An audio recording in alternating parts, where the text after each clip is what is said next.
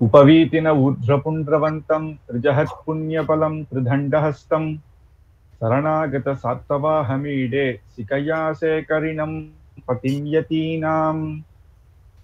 ஸ்ரீ பாஷ்யக்காரர் பகவத் ராமானுஜருடைய 1008வது திருநக்ஷத்திரம்.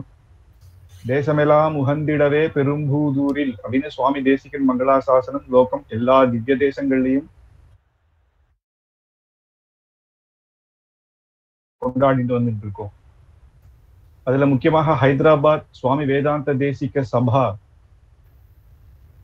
எல்லா வருஷமும் சுவாமி பாஷ்யக்காரர் திருநக்ஷத்திரம், சுவாமி வேதாந்த தேசிகர் திருநக்ஷத்திரம் மார்கழி மாசத்துல சத்சங்கமாக பல உபன்யாசங்கள் நடத்திட்டு வந்துட்டு இருக்கா.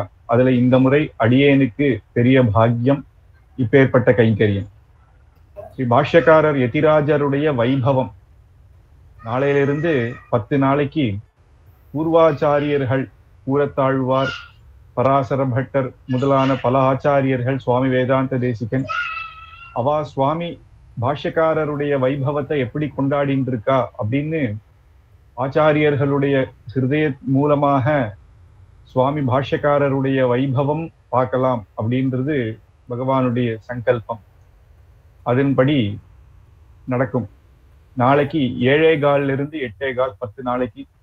நாளைக்கு முதல்ல பாஷ்யக்காரருடைய அவதார வைபவம், அதிலிருந்து ஆரம்பிச்சு ஒவ்வொரு நாள் ஒவ்வொரு சில பூர்வாச்சாரியர்களுடைய ஸ்தோத்திரத்தோட பாஷ்யக்கார வைபவத்தை எல்லாரும் கொண்டாடணும். கூடியிருந்து குளிர்ந்தேலோ ரம்பாவாய் அப்படின்னு எல்லாரும் வந்து பாஷ்யக்காரருடைய உற்சவத்தை வைபவமா கொண்டாடணும் அப்படின்னு பிரார்த்திக்கிறேன்.